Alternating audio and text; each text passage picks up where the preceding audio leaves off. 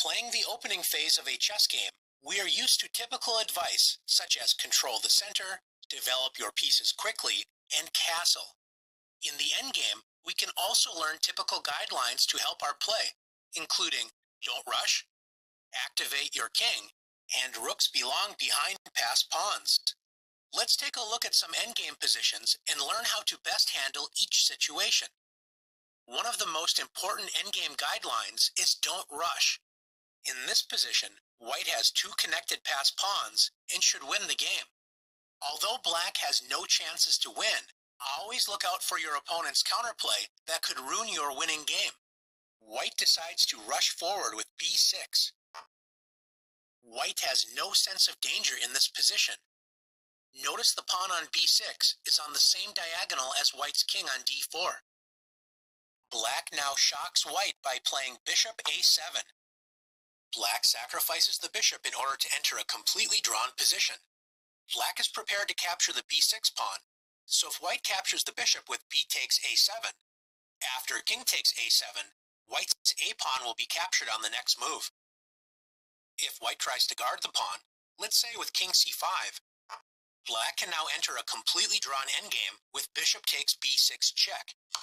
The point of this sacrifice is that after king takes b6, in king b8, black is forced a classic rook pawn and wrong-colored bishop endgame. When you have a rook pawn, meaning a pawn on the h file or a file, if the promotion square is the opposite color as the bishop, this is a drawn endgame if the opponent's king can block the promotion square. Black's king will sit in the corner, moving between b8 and a8. There is no way to force the black king out. The game is drawn. Let's go back and see what white should have done instead.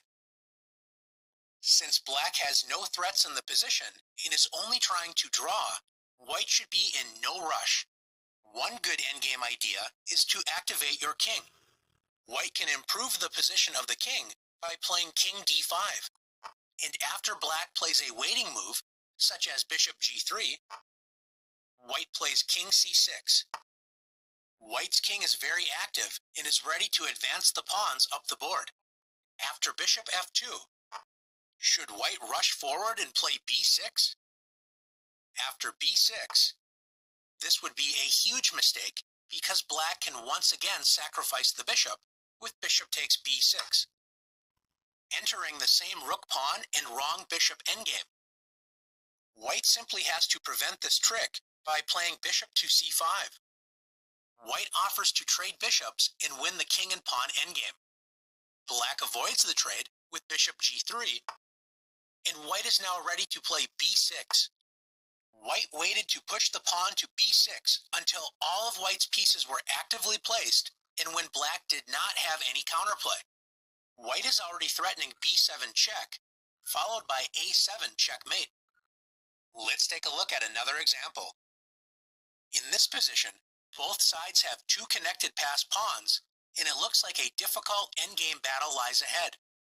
With white to move, rather than rushing to figure out what to do, it is always useful to ask, what does my opponent want to play? Black could advance a pawn to a4, or develop the knight to c6 or d7. Notice that all three of these moves are on the a4 to e8 diagonal. White can completely prevent black's counterplay by taking over that diagonal with bishop to b5. By preventing black's counterplay, white's plan to advance the two passed pawns with the help of the king now becomes much stronger. Let's take a look at another position. In this position, both sides have equal material. White's bishop on c5 is active, and black's knight does not have a good way to move into white's position. You may think white's position is better, but one of the most important endgame tips to remember is that the king is an active piece. When most of the danger has been removed from the board, the king can become the strongest endgame piece. Notice that white has an unprotected pawn on a3, and black's king has a clear path to attack it. White's king, on the other hand, may have been safely tucked in the corner earlier when queens and rooks were on the board, but now it is poorly placed for the endgame. After king f7, black's king marches toward the weak a3 pawn. White tries to activate the king, and after king g1, king e6, king f2, and king d5. If white continues to try and bring the king to the defense of the queenside pawns, black's king will win the race. After king e3, king c4, king d2, and king b3, black will capture the a3 pawn and should win the endgame with careful play. Let's consider another defensive try for white. Instead of trying to move the king to the queenside, what if white tries to protect the a3 pawn with the bishop?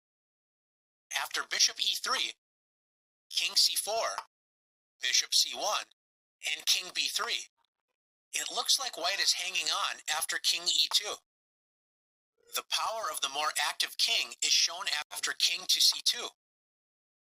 Black attacks the bishop, forcing it to move. After bishop d2, black wins the a3 pawn with king b2. Black attacks the pawn and also prevents white's bishop from returning to the c1 square. In the endgame, always remember, the king is an active piece.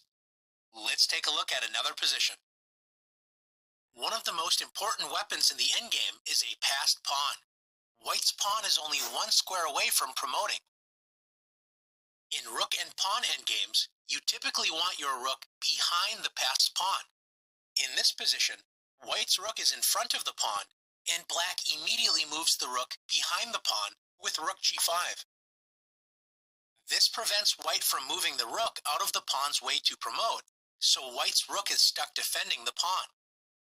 After king to h4, black's rook moves as far away from the white king as possible on the g-file, with rook to g1.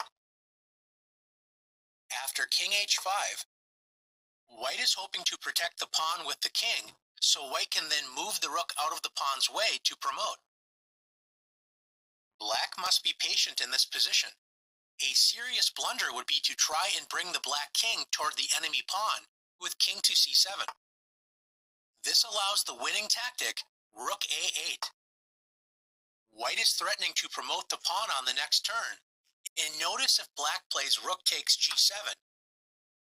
White wins the rook with the skewer, rook a7 check. As long as black keeps the king on the b7 or a7 squares, rook a8 is never a threat. Black should now wait patiently by playing rook to g2. Waiting for white to protect the pawn with the king. After king h6, white is ready to move the rook on the next turn to promote the pawn. But now black can begin checking white's king with rook h2 check. After king g6, rook g2 check, king f7, black continues to check white's king with rook f2 check. As long as white's king continues to protect the pawn, black's rook will also keep delivering checks. Once the king moves away from the pawn, such as king e7, black's rook returns to the g-file with rook g2, preventing white's rook from leaving the promotion square. White cannot make progress, and the game is a draw.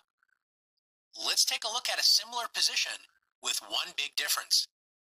In this position, black's rook is now in front of the pawn, and white's rook is behind it. Remember, both for attacking and defending, rooks generally are much better behind passed pawns than in front of them. Rooks behind passed pawns have much more space to move, so a defender can use that space to check the enemy king and stay on an important file. When a rook is in front of the pawn, it has much less space available and often runs out of squares. After king h6, if black attempts to protect the rook with king f8, white has the powerful move rook f2 check. Since black's king must stay in contact with the rook, black plays king g8. And now white can win the game by playing rook a2. White is threatening checkmate on a8, and there is no good defense for black. After king h6, if black retreats with rook g8, white's active king marches forward with king h7. Black's rook runs out of squares to defend against white's pawn. Since king f8 loses to rook f2 check, after black plays rook f8, white wins easily with g7. Black can no longer defend against white's pawn and will lose the game. Now that you've learned important endgame guidelines, it's time to test your endgame skills.